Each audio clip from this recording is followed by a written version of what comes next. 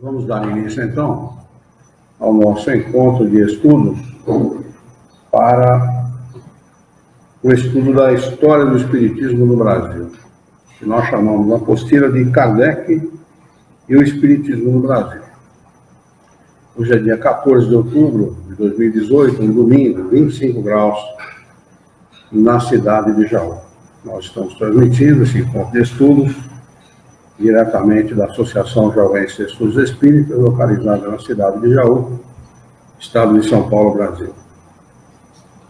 Antes da gente iniciar os nossos estudos, preciso fazer aqui uma introdução para dizer que o objetivo desse estudo não é denegrir qualquer instituição ou o nome de quem quer que seja, mas apenas conhecer a história do Espiritismo no Brasil e saber por que o movimento espírita brasileiro é o que é. A gente sabe que é um movimento evangélico, um movimento religioso e não um movimento que estuda as obras de Kardec e se dedica a elas, lamentavelmente. Então, eu trouxe para a gente conhecer a primeira edição aqui do livro Os Quatro Evangelhos de Mustang. Eu vou colocar aqui para a câmera mostrar para o pessoal de casa. Isso aqui é a primeira edição de 1920. Deixa eu ver se fala aqui. Ah, está aqui. Vou mostrar para o pessoal, para ficar registrado e documentado. 1920. Deve dar para ver aí. E dizer que esse estudo nós fizemos aqui na casa em 2010. Aqui estão os três tomos. Os quatro evangelhos de Mustang são divididos em três tomos, em três livros. E eu tenho os três originais. E eu ia dizendo que nós fizemos esse estudo em 2010 aqui na casa, porque, por alguma razão, eu encontrei um trabalho deste senhor aqui. Deixa eu pegar aqui o nome dele certinho, para não cometer nenhum equívoco.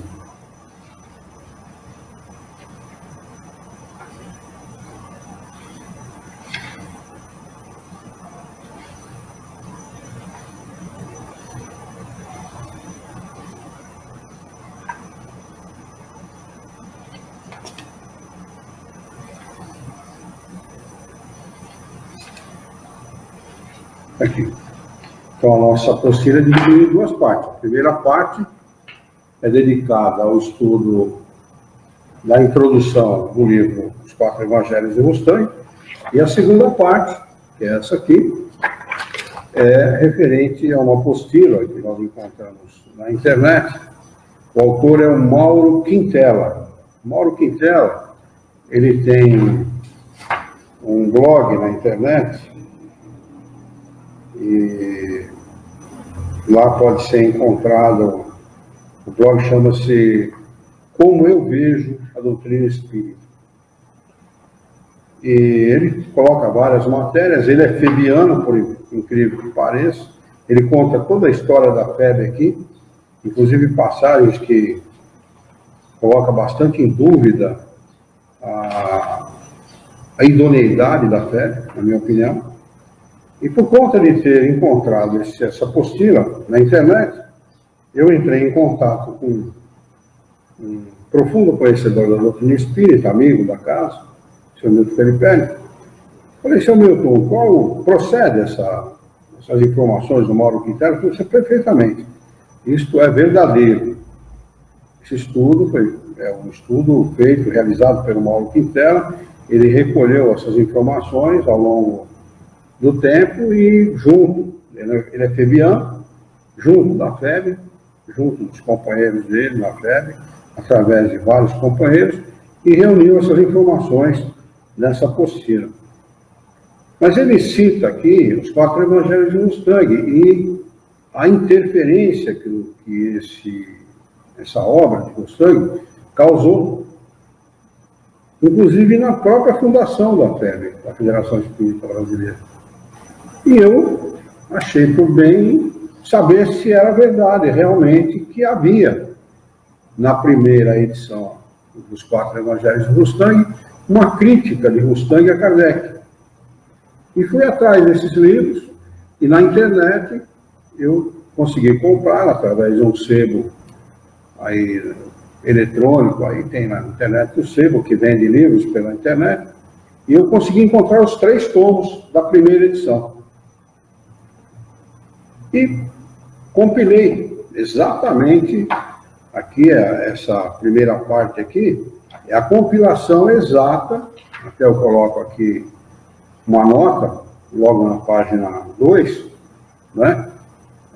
Dizendo assim, embora não foram mantido a forma de escrever arcaica do português usado à época, foi mantido o ipsis literis ao que se encontra na edição original de 1920, impressa na cidade do Porto, Portugal, e distribuída pela Federação Espírita Brasileira. Essa nota é nossa, aqui da associação, e é exatamente isso que aconteceu. Eu fui buscar no original para saber se realmente isso é verdadeiro. Né? Infelizmente é. Então, o pessoal que estuda esses livros, atualmente, vai dizer assim, mas essa crítica nós não encontramos nas edições atuais. Porque a FEB retirou essa crítica. Malandramente, na minha opinião, porque isso é desonesto, uma vez que Guilhom Ribeiro, primeiro tradutor dessa obra, manteve a crítica, eu acho que essa crítica eles deviam assumir, continuar assumindo a responsabilidade de manter a crítica nas edições que a FEB fosse lançar nesse livro. Então, eu queria fazer essa introdução para dizer exatamente isso. Nosso objetivo aqui não é denegrir quem quer que seja ou a instituição que seja, mas conhecer a fundo, né, a razão pela qual o movimento espírita brasileiro é o que é. E Kardec, aqui na primeira página, tem uma frase de Kardec, uma pergunta de Kardec aos espíritos superiores, a consequente resposta, que é a seguinte: haverá no homem alguma coisa que escape a todo constrangimento e pela qual goze ele de absoluta liberdade? A resposta é: no pensamento goza o homem de ilimitada liberdade, pois que não há como pôr-lhe peias. Pode-se-lhe deter o voo, porém não aniquilá-lo. Então, os Espíritos dão a resposta que nós podemos e devemos usar no nosso direito de pensar. Né? O Espírita tem que ser um livre pensador, e não é porque uma federação se diz Federação Espírita Brasileira que nós temos que ficar submetidos a ela, a quem quer que seja. Nós temos o direito de pesquisar a história, de conhecer a história e de saber com que nós estamos lidando. Né? Esses livros são editados pela FEB até hoje. Até hoje. Lamentavelmente são editados até hoje pela FEB. Né? Apesar das críticas e tudo. Apesar de todas as críticas e tudo mais, a FEB, de forma a renegrir a doutrina espírita, continua lançando esses livros, sem essa crítica de Rostand a Kardec, mas continua lançando esses livros e fazendo com que esses livros seja visto por muitos até como mais importante que a própria doutrina espírita. Isso que é de se lamentar. Que foi o que Rostand coloca. A revelação da revelação. Né? Isso poderia ser entendido também como uma revelação maior até que a própria revelação de Jesus. Porque Jesus foi um revelador de primeira ordem. Não é isso? Kardec foi um revelador de primeira ordem, embora ele mesmo se considerasse um revelador de segunda ordem. Porque ele não estava revelando alguma coisa por ele mesmo, e sim pelos espíritos. Não é? Eu considero de primeira ordem Kardec como sendo um revelador de primeira ordem, porque ele, na minha opinião, fazia parte daquele grupo, apenas estava encarnado. Apenas isso.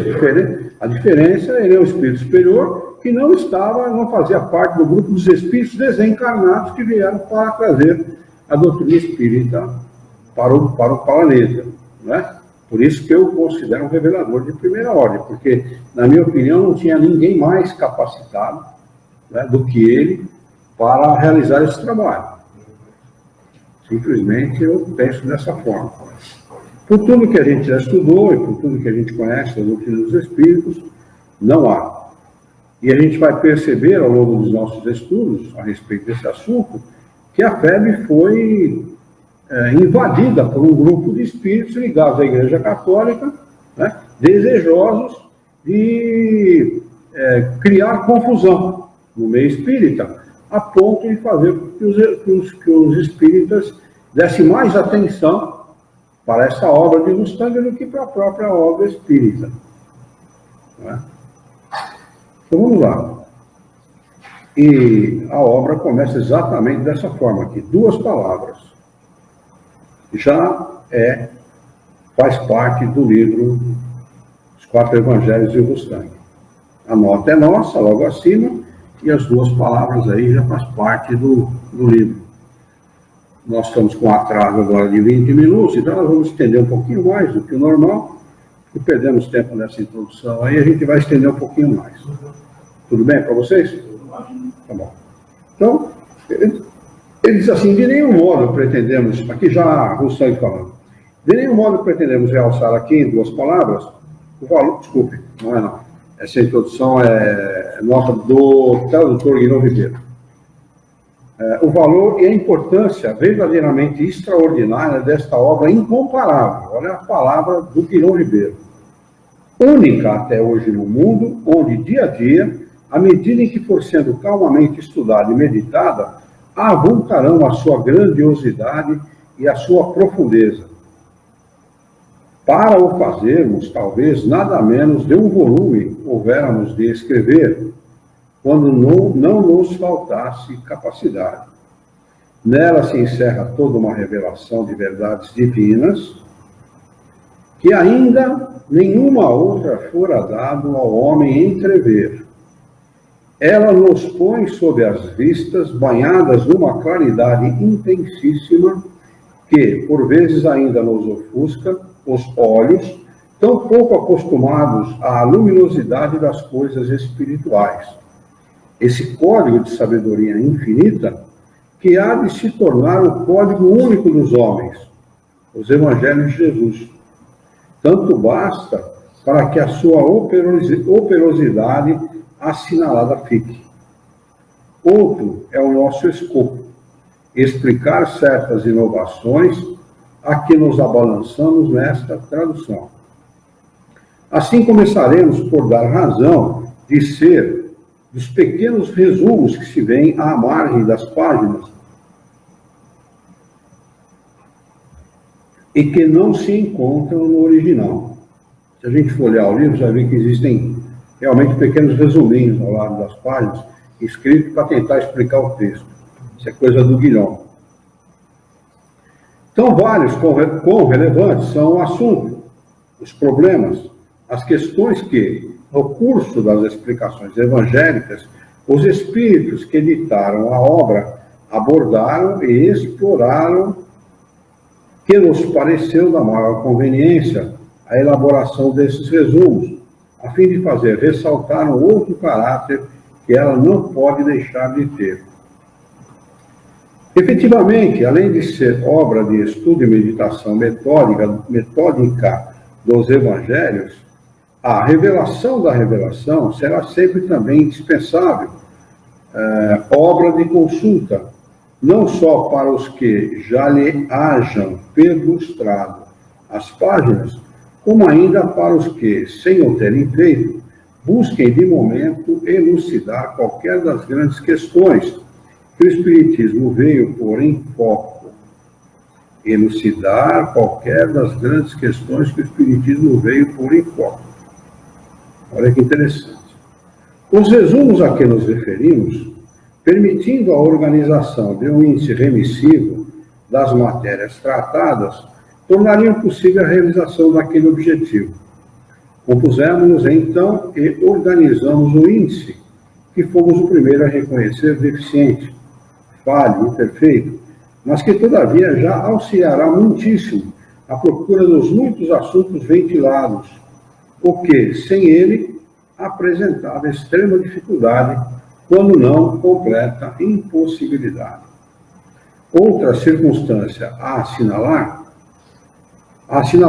tendo sido esta tradução calcada segundo a edição sobre a segunda edição francesa, o que preferimos pela refutação que na introdução traz as principais críticas feitas desde o primeiro momento aos 4 evangelhos, porque na primeira edição não tinha as críticas.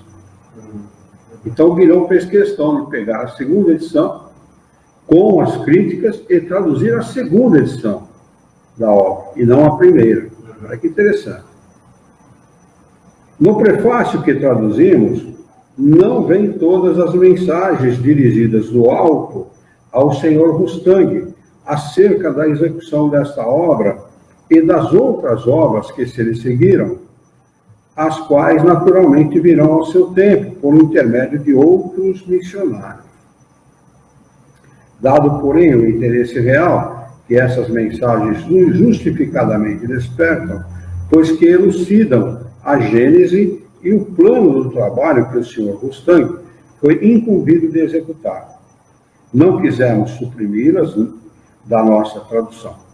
Inserimos-las, então, no começo do 4º volume, que, contendo apenas o Evangelho de João, oferecia maior vantagem para isso, por vir a ser o menor número de páginas, contaria como de fato é.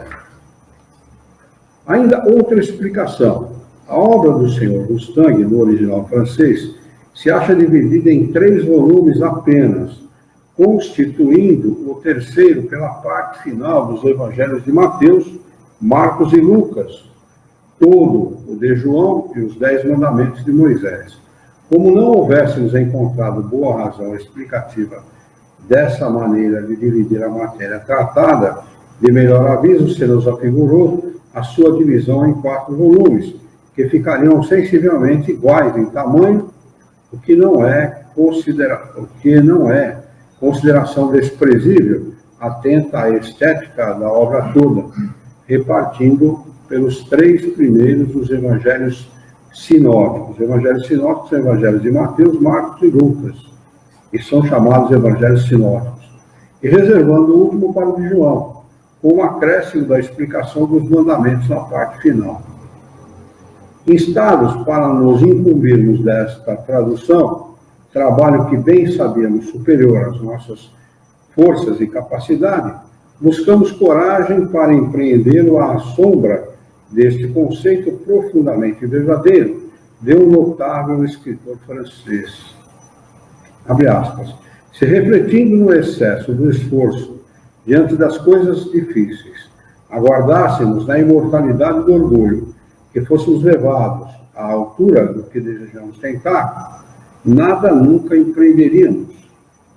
Cumpre nos abalancemos a obra naturalmente com todo o ardor de que sejamos capazes, com a probidade da boa vontade máxima, fecha aspas. Ainda assim, porém, tomamos sobre os ombros esse trabalho, fizemos unicamente fiado na misericórdia de Jesus e na assistência sempre eficaz dos altos espíritos, seus mensageiros de paz e de luz. A gente nota aqui uma linguagem bastante evangélica, uma linguagem bastante, a gente poderia dizer até mística. Altos espíritos, seus mensageiros de paz e de luz, obedecendo ao princípio de que não nos é lícito excusarmos de trabalhar na seara do Senhor, por considerarmos pesada em demasia a tarefa que se nos queira confiar. Se apesar dessa assistência e dessa misericórdia, ficamos muito aquém do encargo recebido, como é nossa convicção, que nos perdoem os que lerem esta tradução da obra imorredora dos 4 evangelhos, explicados em espírito e verdade, certos de que a ela consagramos o melhor de nossos cuidados e a executamos com o mais ardente desejo de bem servir a causa santa do Espiritismo. Eu grifei aqui causa santa por conta própria, porque de santo não tem nada. O Espiritismo não tem nada de santo, com essa história de santo é isso. Não tem causa santa nenhuma, que trata-se de esclarecer as pessoas. Não é? Santidade é uma outra coisa. Santidade tem a ver com evolução espiritual. Não é? Só poderia ser considerado santo o espírito puro. Então, que causa santa é essa? Aquilo não passa de conhecimento, é um conhecimento trazido para as pessoas. Então, a gente nota aí esse ranço, né, católico, esse ranço evangélico, que permeia aí o pensamento do Guilherme Ribeiro. Sol que acende em todos os pontos do globo, em todas as regiões do espaço, que o envolve, a fim de tornar definitivamente limpa de sombras a estrada evangélica, mas grifei também de propósito, estrada evangélica, por onde o imenso rebanho do pastor divino será por ele conduzido ao seu aprisco. O tradutor, Guilherme Ribeiro. Então, agora já, dentro dos 4 evangelhos, prefácio. Submeto ao exame e à meditação dos meus irmãos os 4 evangelhos, e, em seguida, os mandamentos explicados em espírito e verdade. Emana esta obra daqueles que prepararam o advento da missão terrena de Jesus, participaram do desempenho dessa missão e escreveram esses livros que tiveram por destino guardar como sagrado e imperecível depósito a grande revelação messiânica. Depois de terem, nos limites da missão terrena que cumpriram, dado testemunho de Jesus, eles, despojando da letra o Espírito, vem clarear o que parecia trevas e do que era considerado mentira, extrair a verdade.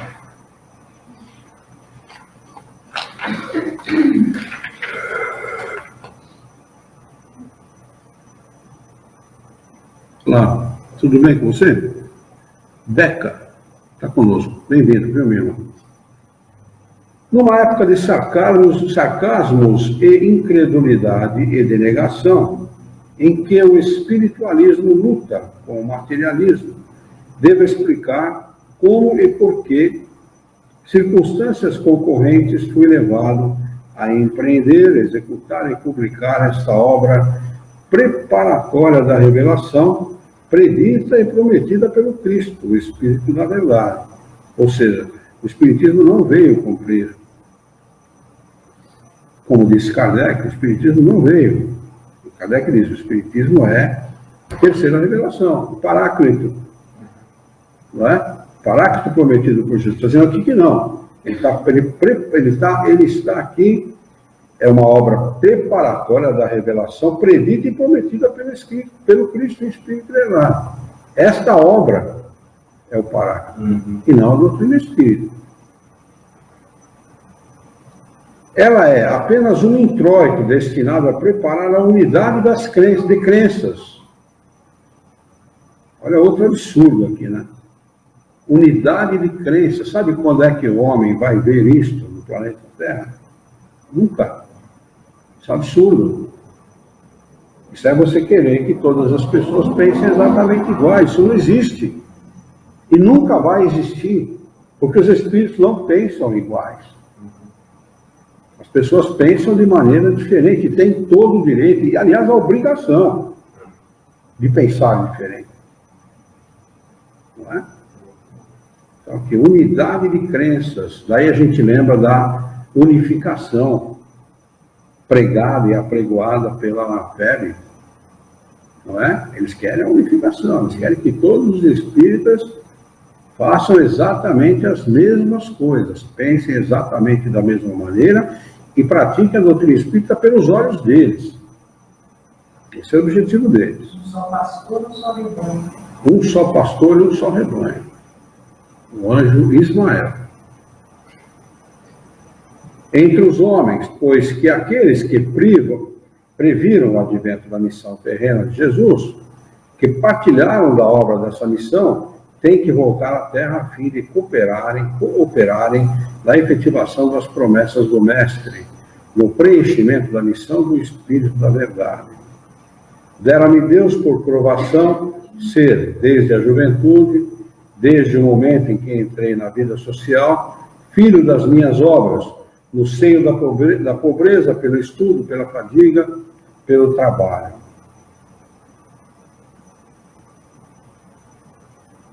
Deixa eu diminuir um pouquinho esse troço, que já está meio gelado. Incomoda vocês? Nada. Aí ela se incomoda um pouquinho, mas ela aguenta. Ela senta lá no fundo do Galícia. Não, tá ótimo. Não estou falando da Lídia. Ah, Ela está com calor.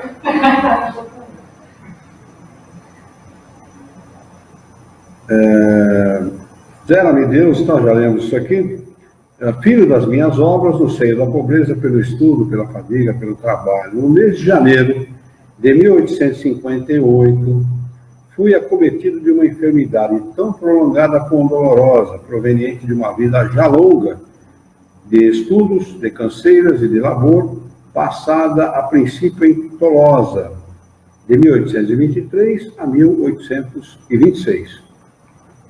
No ensino das letras e ciências, ao mesmo tempo que na aprendizagem das leis e do direito, para a obtenção dos diplomas que me abriram progressivamente a carreira da advocacia. Depois, em Paris, de 1826 a 1829, na escrivaninha, onde aprendi a pôr a lei em execução, e no estágio, ouvindo os que então eram os príncipes da palavra e os favoritos da fama. Finalmente, nos auditórios de Bordeaux, meu torrão natal, numa vida militante de ininterrupta labutação. Agora, atenção para essa afirmação dele aqui. Em janeiro de 1861, o Livro dos Espíritos foi lançado em 1857, né? Portanto, apenas 4 anos depois, os espíritos ligados à Igreja Católica já deram andamento numa obra para tentar subverter o valor da doutrina espírita. Porque começou aqui. Em janeiro de 1861, completamente restabelecido, cuidei de voltar ao exercício dessa amada profissão, para com a qual era devedor de uma posição independente, adquirida mediante 30 anos de trabalho no gabinete e nos tribunais. Mas o homem propõe e Deus dispõe. Diz a sabedoria das nações. Um distinto clínico daquela cidade me falou da possibilidade das comunicações do mundo corpóreo com o mundo espiritual, da doutrina e das ciências espíritas, como fruto dessa comunicação, objetivando uma revelação geral. Minha primeira impressão foi de incredulidade devido à ignorância, mas eu bem sabia que uma impressão não é uma opinião e que não pode servir de base ao julgamento. E para isso é necessário, antes de tudo, nos coloquemos em situação de falar com pleno conhecimento de causa. Sabia e sei ainda ser ato de insensatez aprovar ou repudiar, afirmar ou negar o que não se conhece em absoluto, ou o que ainda não se conhece bastante, o que não se examinou o suficiente e aprofundou sob o duplo ponto de vista teórico e experimental, na medida das faculdades próprias, sem prevenções, sem ideias preconcebidas. À semelhança dos que possuem, no dizer de Leibniz a você, abre aspas, um profundo sentimento da razão, e que não lhes sabem proscrever os direitos ante uma autoridade que se impõe, que não se legitima, senão afirmando o seu poder, fecha aspas. Estava eu distanciado, abre aspas, das pregações imperiosas, exclusivas que ordenam silêncio à razão e a emparedam entre a escravidão e a incredulidade, fecha aspas. Respeitador de todas as crenças, de todos os cultos, em nome da liberdade da consciência, da razão, do exame, em nome da tolerância e da caridade, nenhuma fé definida eu tinha. Minha razão se recusava a admitir o que as interpretações humanas ensinavam relativamente ao Cristo e aos Evangelhos, que permaneciam obscuros e incompreensíveis para mim. A perplexidade me dominava a respeito de tudo quanto fora da pura moral de Jesus. E entendia, com a sua personalidade e a sua missão terrena, que o véu da letra ocultava às minhas vistas de tudo quanto a ignorância dos homens, impossibilitando-os de compreender e de explicar, qualificou e qualifica ainda de sobrenatural, de milagres. Para mim não havia sobrenatural nem milagres, no sentido que se empresta a essas palavras, ou de derrogação das leis da natureza.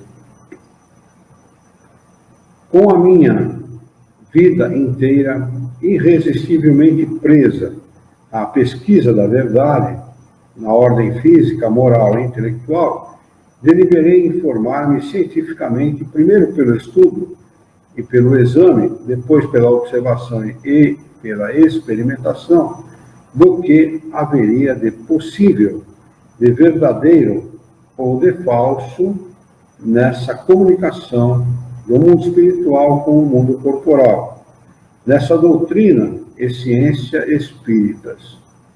Li o Livro dos Espíritos.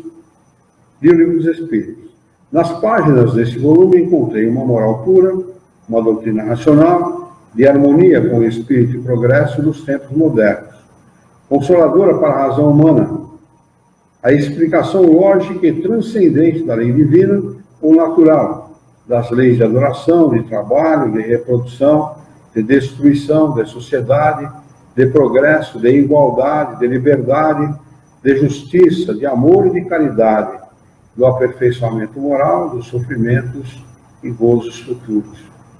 Em seguida, deparei com explicações judiciosas acerca da alma, do estado de encarnação e no de liberdade, do fenômeno da morte, da individualidade e das condições da individualidade da alma após a morte, do que se chamou anjo e demônio, dos caminhos e meios dos agentes secretos ou ostensivos, de que se serve Deus para o funcionamento, o desenvolvimento, o progresso físico dos mundos, do progresso e desenvolvimento físico, moral e intelectual de todas as suas criaturas.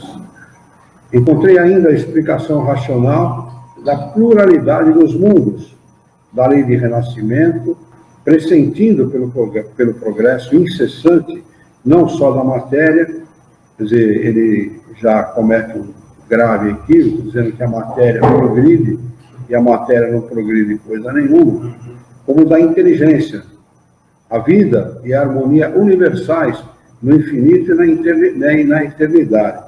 Como ele diz aqui que leu o Livro dos Espíritos, ele não leu atentamente, porque o Livro dos Espíritos afirma claramente que matéria não progride.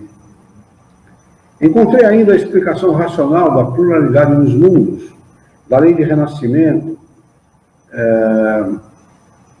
presidido pelo progresso incessante, não só da matéria, como da inteligência, a vida e a harmonia universais no infinito e na eternidade.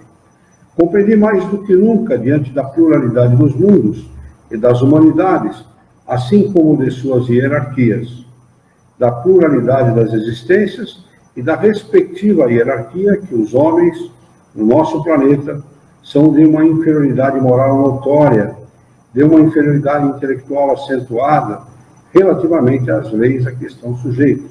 Na Terra, os diversos reinos da natureza e às leis que obedecem os mundos e as humanidades superiores, por meio das quais aquelas leis se conjugam na unidade e na solidariedade.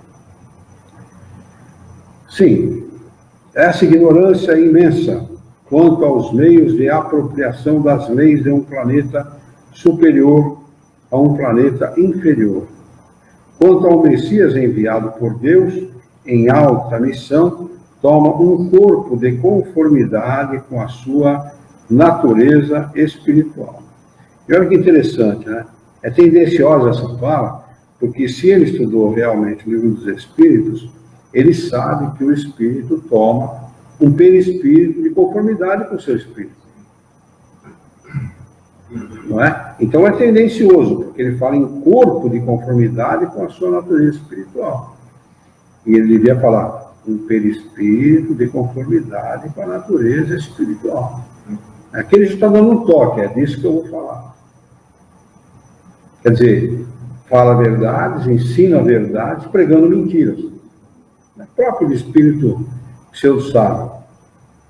E relativamente harmônico com uma esfera inferior, qual a Terra, para aí se manifestar entre os homens, para lhes traçar as diretrizes da regeneração humana, para lhe trazer a luz e a verdade veladas e destinadas a serem descobertas progressivamente, conforme aos tempos e às exigências de cada época. Compreendi a necessidade das revelações progressivas, vindo sucessivamente levantar pouco a pouco o véu e patentear aos olhos dos homens, de modo a iluminá-los sem os deslumbrar. A luz que os tem de guiar nas suas indagações e ajudar a progredir na trilha da verdade. Li, em seguida, o livro dos médiuns, e nele se me deparou uma explicação racional da possibilidade das comunicações do mundo corpóreo com o mundo espiritual.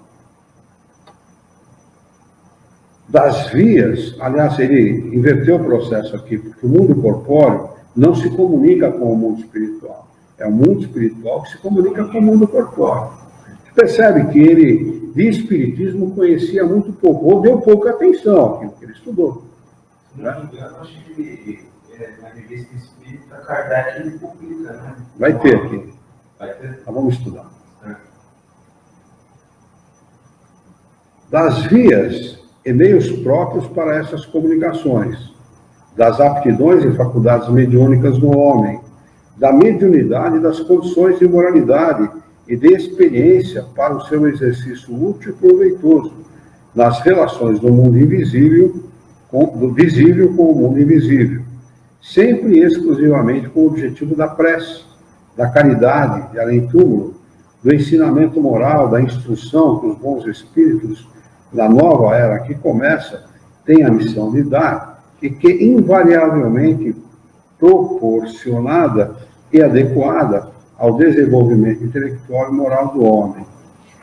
Achei, enfim, a explicação racional das vantagens e inconvenientes da mediunidade, dos escolhos e perigos a evitar e dos caminhos a seguir para praticá-la. O mundo espiritual era bem o reflexo do mundo corporal. E a gente pode dizer aqui que é o contrário. Reflexo é o mundo corporal que é reflexo do mundo espiritual. Depois desse estudo e desse exame, consultei a história desde a origem das eras conhecidas até os nossos dias. E vi, entre todos os povos da antiguidade, dos tempos intermediários e dos tempos modernos, a comunicação do mundo espiritual com o mundo corporal, historicamente comprovada, atestada pelos fatos que, em todas as épocas, os historiadores mais acreditados entre os homens registraram. Compulsei os livros da filosofia profana e religiosa, antiga e recente, os prosadores e os poetas que refletem as crenças, bem como os costumes dos tempos. Vi ensinados, desde a antiguidade até hoje, num amálgama de erros, mistura, né? E de verdades dispersas e ocultas, aos olhos das massas, os princípios que a doutrina e a ciência espíritas vieram pôr em foco. Primeiro, a pluralidade dos mundos e sua hierarquia. Segundo, a pluralidade das existências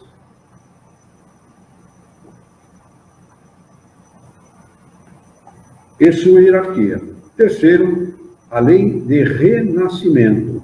Quarto, as noções da alma no estado de encarnação e no de liberdade, e as de seus destinos. Perlustrei, significa olhar, examinar, os livros das tuas revelações, o Antigo e o Novo Testamento.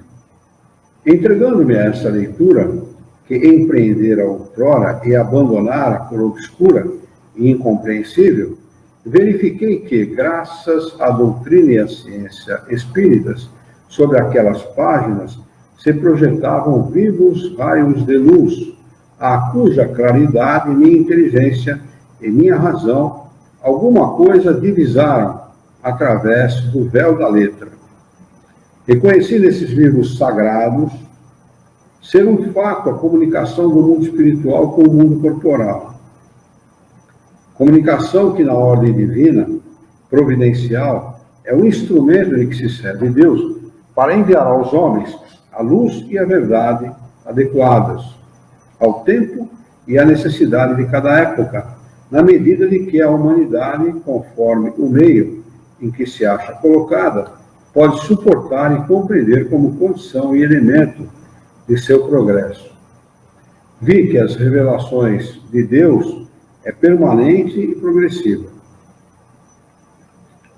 Encontrei nos evangelhos, veladas pela letra, primeiro, a afirmação da pluralidade dos mundos e da sua habitabilidade. Segundo, a lei do renascimento. Reparem que ele não usou reencarnação nenhuma vez.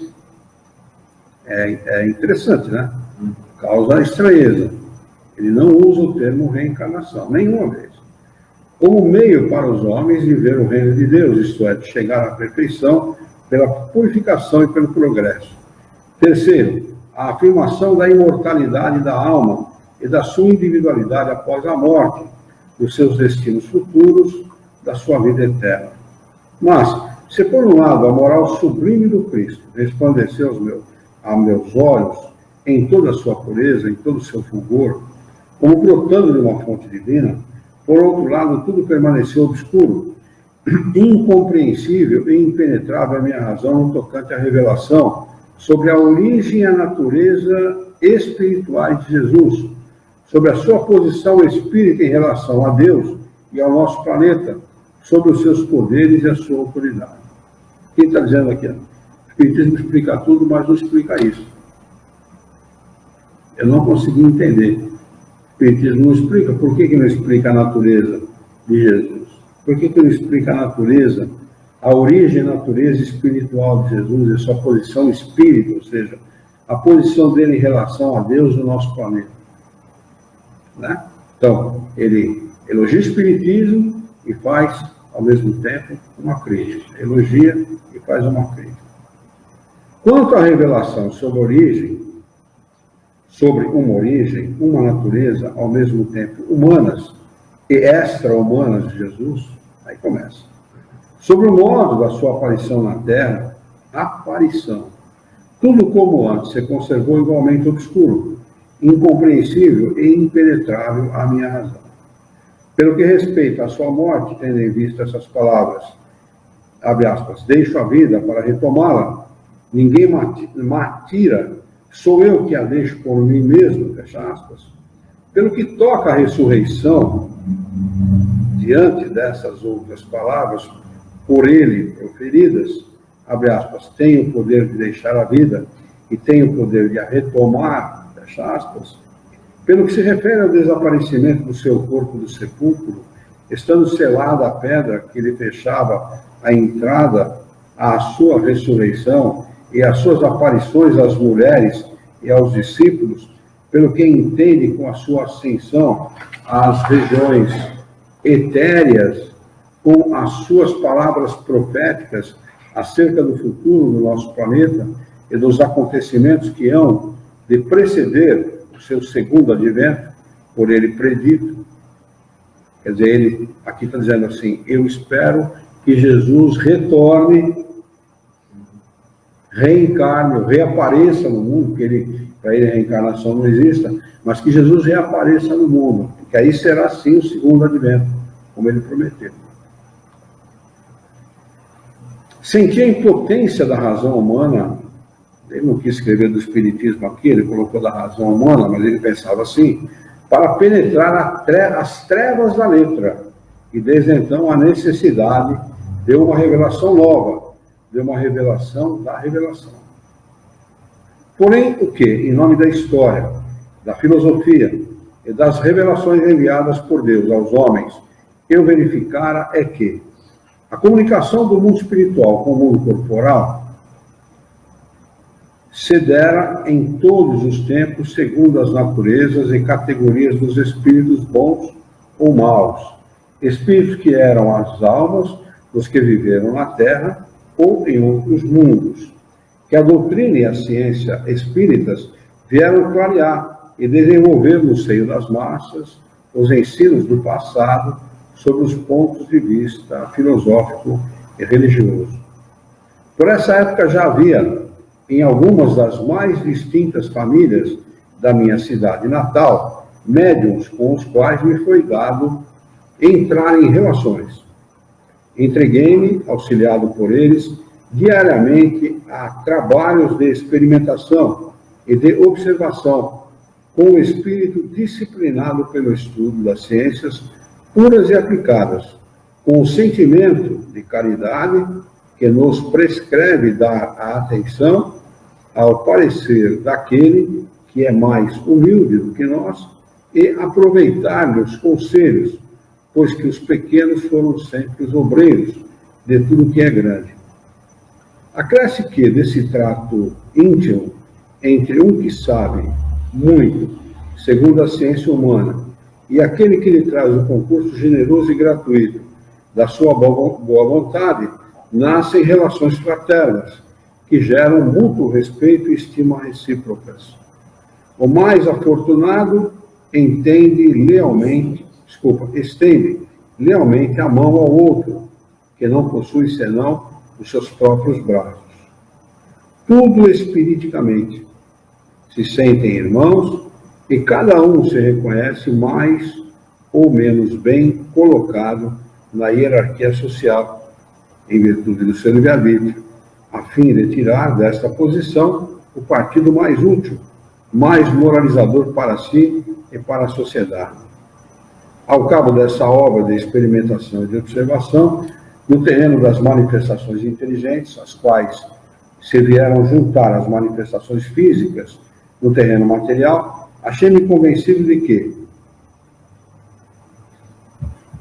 a comunicação do mundo espiritual com o mundo corporal é uma das leis da natureza e que não existe barreira que a minha ignorância e a influência de preconceitos vulgares me fizeram crer intransponível entre os vivos e os mortos segundo a carne. Depois de ter visto e ouvido, minha fé se firmou de modo inabalável. Compreendo que a ciência magnética é inseparável da ciência espírita, a qual só agora sei. É chamado a servir e serve aquela de farol, cientificamente, do ponto de vista experimental, no campo do sonambulismo e da psicologia. Sei também que o magnetismo é o agente universal que tudo aciona. Isso é uma mentira, é uma inverdade. Não é o magnetismo, são os fluidos, e não o magnetismo. Vê que faz a afirmação, para quem não tem conhecimento, embarca nisso, embarca de graça. Acha que isso é a expressão da verdade. Ele usa a palavra... Aos poucos, né? Aos poucos, a maneira de pensar, induzindo o pensamento, para quando ele arrematar, quando ele fechar a coisa, a pessoa sentar em cima. Tudo é atração magnética. Do ponto de vista material é verdadeiro, do ponto de vista espiritual não. O magnetismo do metal não tem nada a ver com o magnetismo humano, por exemplo, e nem com o magnetismo realizado pelos espíritos. Os espíritos promovem o magnetismo fluídico de uma forma completamente diferente, que não tem absolutamente nada a ver com o magnetismo da rocha, o magnetismo do metal. O magnetismo humano é fruto do nosso fluido vital. É esse fluido vital que age magneticamente sobre as pessoas, inclusive promovendo curas. Mas que não tem nada a ver com o magnetismo das rochas. Né? A ação magnética das rochas, que faz com que os planetas fiquem aí alinhados e tudo mais. Tudo é atração magnética. Essa é a grande lei que rege todas as coisas sob a ação espírita universal. O estudo e a observação, preparando-me para a compreensão do magnetismo espiritual, vê como ele mistura? Está misturando aqui, ó. Me levaram a pressentir no futuro a descoberta de vastos horizontes no campo científico humano e extra-humano, para o avanço da humanidade pelo caminho do progresso e da verdade. Em meus estudos e pesquisas, no que respeita à história dos tempos antigos, dos tempos intermediários e dos tempos modernos, me mostraram a existência do magnetismo humano em todas as épocas, desde a antiguidade até nossos dias. É para mim um sinal dos tempos, essa manifestação geral, quase simultânea em todos os pontos do globo, do espírito novo, sinal do advento de uma nova era, como já o tinham pressentido o conde de Maistre e suas soirées de São Petersburgo e Lamennais, em 1832, na carta que foi publicada por ele, dirigida à Condessa de Senf, esposa do embaixador da Áustria em Roma. Era destinada a realizar a renovação moral dos homens e a transformação universal da sociedade humana. Na véspera do dia 24 de junho de 1861, eu rogara a Deus, no sigilo de uma prece fervorosa, que permitisse ao espírito de João Batista manifestar-se por um médium que se achava então em minha companhia e com o qual diariamente me consagrava a trabalhos assíduos. Pedira também a graça da manifestação do espírito de meu pai e do meu guia protetor. Essas manifestações se produziram espontaneamente, com a surpresa do médium, a quem eu deixara ignorante da minha prece. Constituíram para mim uma fonte de alegria imensa, com o me provarem que a minha súplica fora ouvida e que Deus me aceitava por seu servo. O espírito do apóstolo Pedro se manifestou a 30 de junho, de um modo inesperado, tanto para mim como para o médium. Fui mediunicamente prevenido da época em que poderia e deveria publicar essas comunicações de tão alto interesse. Em dezembro de 61, foi-me sugerido ir à casa de Madame Collignon, que eu não tinha a satisfação de conhecer, e a quem devia ser apresentado para apreciar um grande quadro mediunicamente desenhado, representando o aspecto dos mundos que povoavam o espaço. Lá fui. 8 dias depois, voltei à casa de Madame Collignon, com o intuito de lhe agradecer o acolhimento que me dispensara por ocasião da visita que lhe fizera para ver aquela produção mediúnica. No momento em que me preparava para sair, Madame Collignon sentiu na mão a impressão, a agitação fluídica bem conhecidas dos médiuns, indicadoras da presença de um espírito desejoso de se manifestar. A instâncias minhas, ela condescendeu em se prestar à manifestação mediúnica e, no mesmo instante, a mão fluidicamente dirigida escreveu o seguinte, abre aspas, é transitória a época em que vos achais. Em toda parte, os obreiros da destruição se esforçam para derruir os antigos monumentos. Fica claro aqui, não? Para mim está claríssimo. Né? O Espírito está dizendo, olha, tem gente aqui querendo destruir aquilo que a religião fez ao longo desses 2000 anos. Hã? Como é que você traduz antigos monumentos? Sim. Né? Tá claro. Primeiro começaram a pegar o Mustang, e começaram, através das experiências mediúnicas que ele fazia, se manifestarem espíritos que ele julgou ser São Pedro, São João. Depois que ele estava preparadinho, envolvido por esses espíritos, levaram ele até essa médium, né? Falaram para ele, ó, agora você vai fazer tal trabalho, você é o cara preparado para fazer esse trabalho. Foi essa médium que Essa médium que escreve tudo, né? Ela era Delta? Não. Eu não lembro se ela fala da nacionalidade dela, mas eu suponho que ela, pelo nome aqui, me parece ser francesa, pelo nome, não sei. Mas vamos ver se ele fala alguma coisa. Eu não me lembro dele ter falado alguma coisa. Então ele foi auxiliado por esse espírito. Hã? Ele foi auxiliado por esse espírito. Você foi conduzido a fazer isso aqui. Foi conduzido.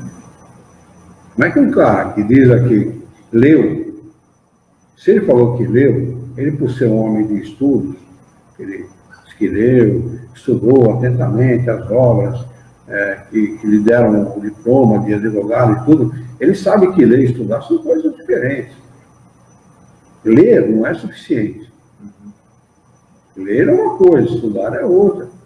Aí eu li, mas não encontrei nada que me respondesse as perguntas que eu tenho. O cara já tinha em mente, talvez até sugerida pelos espíritos, esse tipo de pensamento.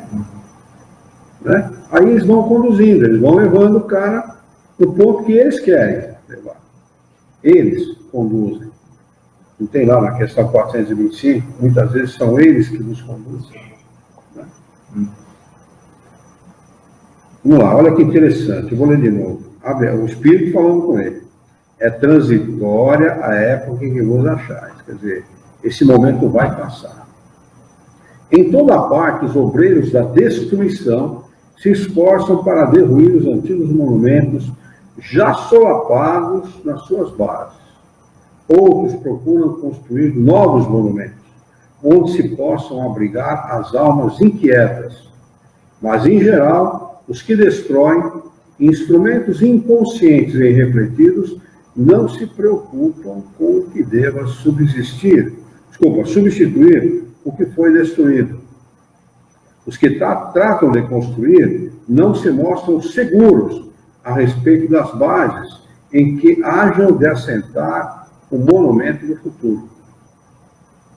Agora, para não ficar muito feio, ele colocar a voz espíritas, é que incumbe reunir os materiais esparsos, escolher as pedras boas para sustentarem o edifício do futuro, eliminar cuidadosamente tudo o que, no tempo, tenha recebido a marca da vestustez, que significa velhice, e dispor os fundamentos do templo, onde a verdade terá seus altares e onde espargirá sua luz.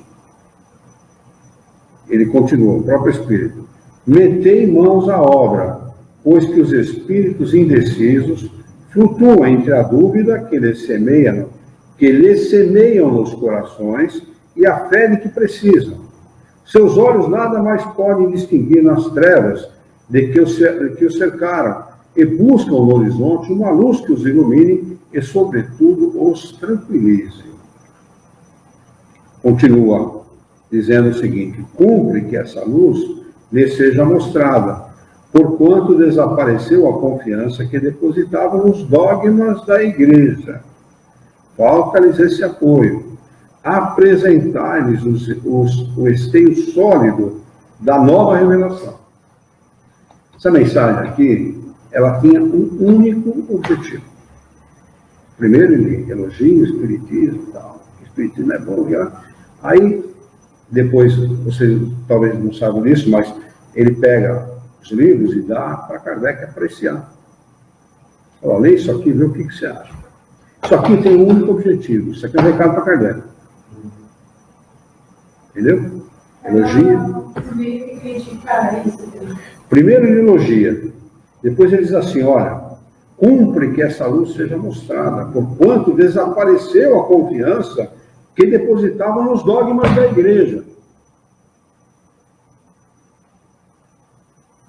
Falta-lhes esse apoio. O apoio dos dogmas. Então vocês têm que criar dogmas. Vocês não podem deixar as pessoas pensarem à vontade, do jeito que elas quiserem. Apresentar-lhes o esteio sólido da nova revelação. Nova revelação é isso que ele vinha descrever, que eles iam ditar. Que eles, enfim, conheçam que o Cristo, essa nobre e grandiosa figura, que lhes foi mostrada, pairando do alto da cruz ignominiosa sobre o mundo, não é um mito, uma legenda. Mostra-lhes também que o véu em que se envolvem é que o roubaram aos olhares deles, não lhes permitindo ver mais do que uma forma indecisa, incapaz de lhes satisfazer a razão.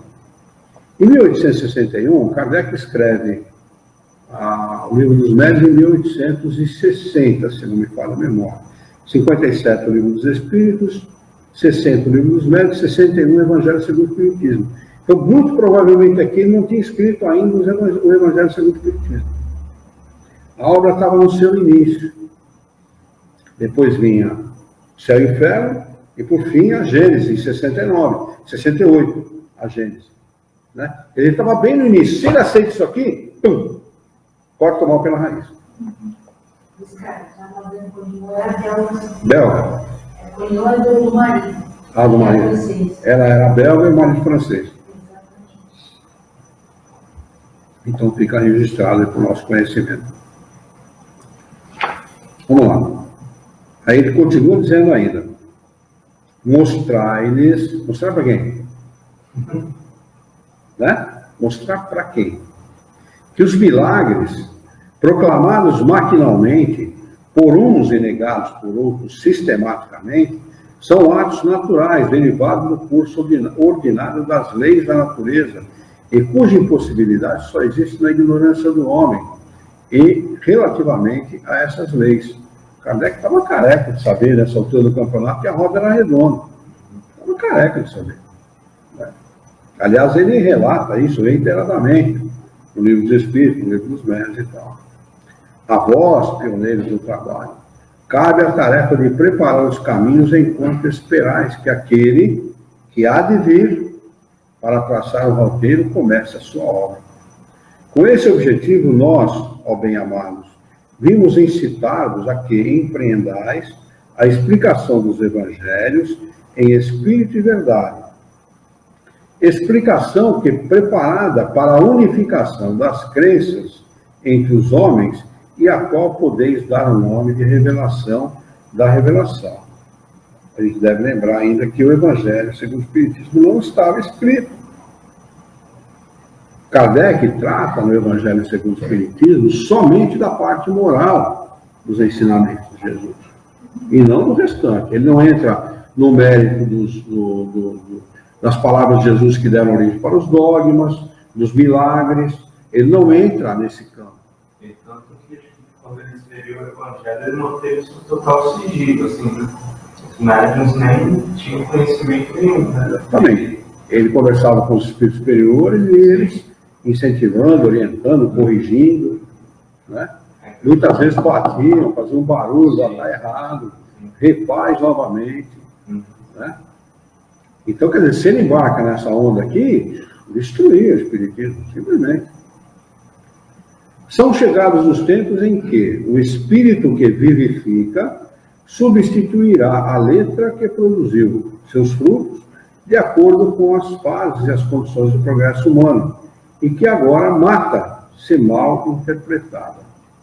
Ponde-vos a obra, trabalhai com zelo e perseverança, coragem, atividade, e não esqueçais nunca que sois instrumentos de que Deus se serve para mostrar aos homens a verdade. Aceitai com simplicidade de coração e reconhecimento o que o Senhor vos dá. Tende sempre nos vossos pensamentos os atos, a humildade, a caridade, a abnegação e o amor. E o devotamento aos vossos irmãos, e sereis amparados e esclarecidos. Eu só coloquei em negrito para chamar a atenção, porque Kardec fala muito disso. no livro dos médios.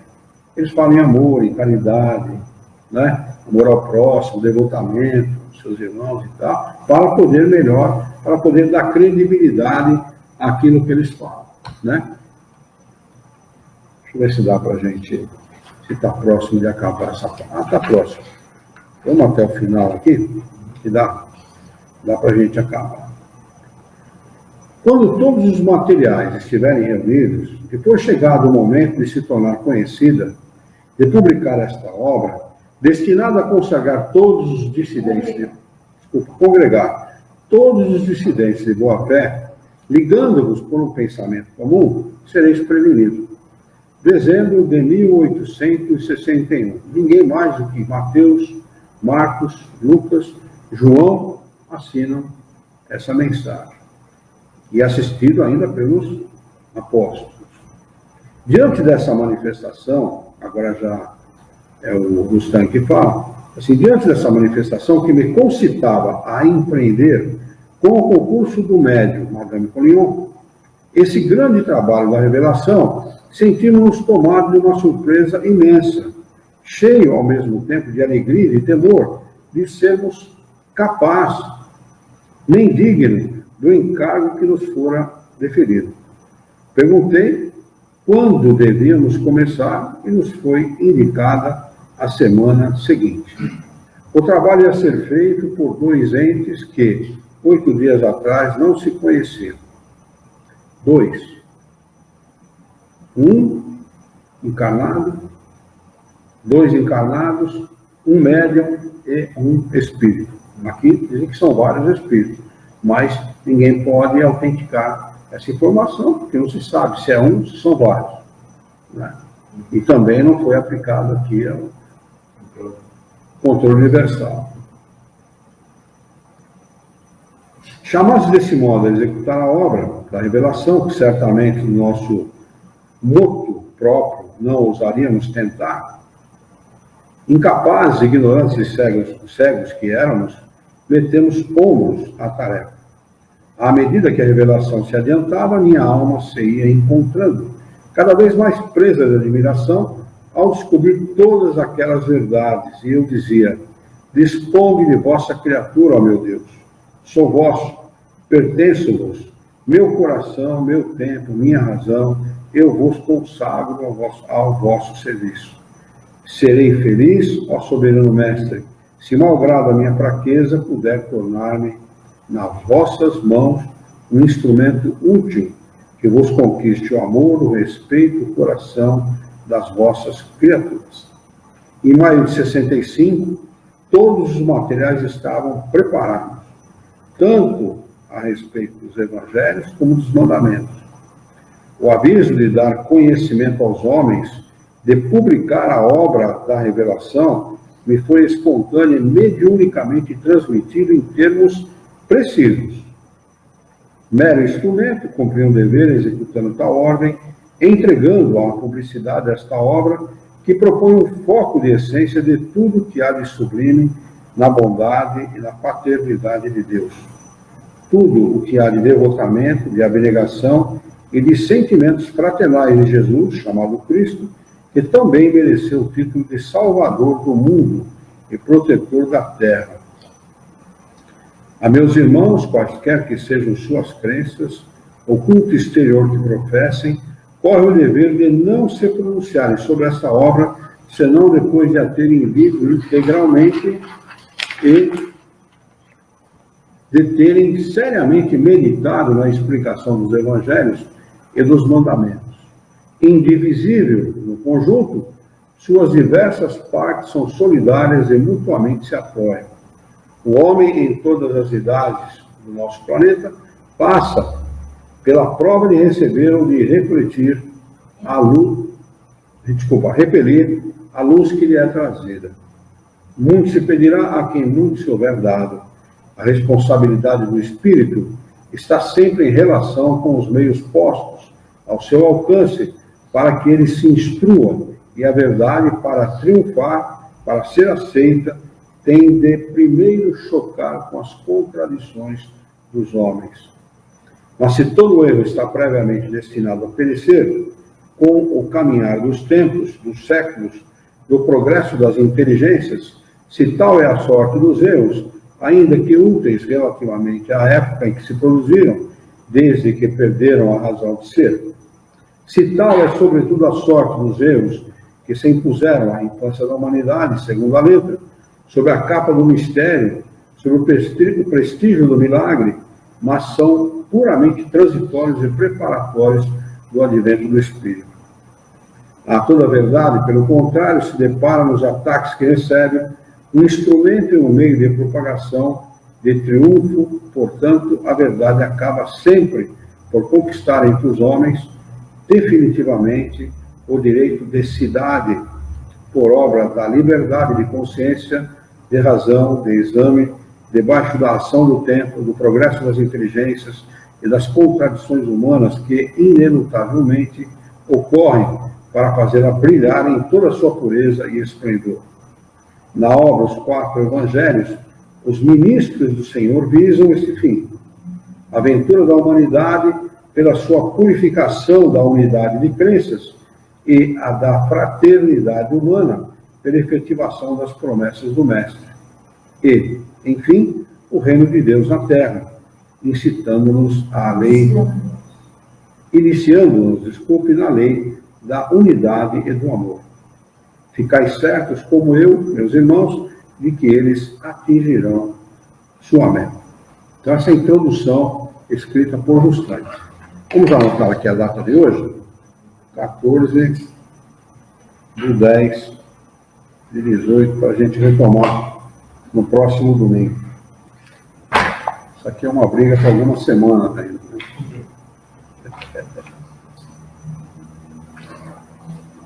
Alguém quer comentar alguma coisa? Ele sempre cita aqui de unificação de crenças, essas coisas. É porque a gente entende isso da seguinte forma: os espíritos ligados à religião, não à religiosidade, à religião, eles entendem que para dominar o homem, como eles sempre fizeram, tem que existir uma maneira única de pensar. A diversidade de pensamento é um empecilho para que eles possam dominar com facilidade. Até como a doutrina mesmo diz que cada um pode ter sua religião, alguma coisa do tipo. Sem problema nenhum.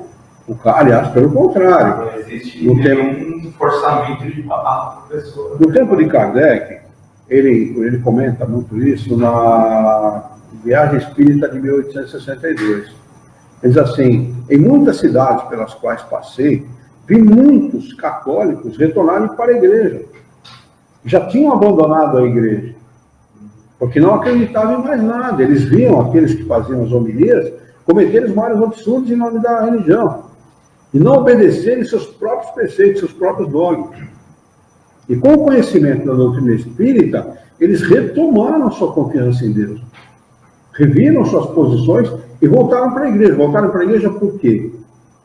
Eles passaram a acreditar naquilo que a igreja fazia? Absolutamente. Eles entendiam, por não ter um grupo espírita na cidade, que o lugar que eles deveriam cultuar a Deus, ou se sentir mais próximo dele, seria a igreja. Né?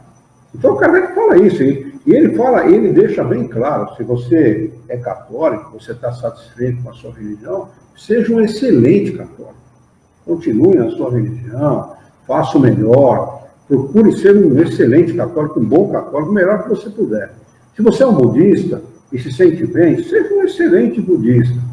Se você é um hinduísta, e você se sente bem também, ou um judeu se sente bem, sem problema nenhum. Agora, se você não tem nenhuma religião, ou se você está procurando alguma opção, nós temos um. É isso, quer dizer. Agora, o cara vem falar em unificação. Primeiro se fala aqui no livro de Rustang em unificação das crenças. Como a FEB não podia mais falar em unificação das crenças, ele fala em unificação da doutrina espírita. A gente, quando estudar essa apostila aqui, vocês vão perceber que a FEB fez tudo no sentido de tornar a doutrina espírita e dar a feição da doutrina espírita a mesma feição do catolicismo. Um lugar centralizador dessa crença, né, porque eles colocam o espiritismo como uma crença, como uma religião. Havia uma briga muito grande entre aqueles que eles chamavam de científicos e aqueles que eles chamavam de religiosos. Já naquela época, você imagine como é que a coisa... E vingou os religiosos. Porque há uma tendência natural do brasileiro para a religião. Nós somos fundados por portugueses. A primeira coisa que aconteceu aqui no Brasil foi uma missa. Né? Quer dizer, se catequizavam os índios, um absurdo. Se a cultura, você tira a cultura do índio, você destrói a cultura do índio. Né? Tem índio que envereda pelo caminho do alcoolismo, por quê? Ele se sente sem identidade, não tem identidade. Né? Então, a gente tem que entender isso. A força da Igreja Católica dentro do Brasil, ela é, não só no Brasil, no mundo inteiro, é muito grande. Eles têm uma força muito grande. Tanto que quando foi instituída a República, eu não lembro agora o detalhe, não sei se eu vou lembrar. Rui Barbosa, ele cria um Estado laico. Ele tira o catolicismo da cena, né?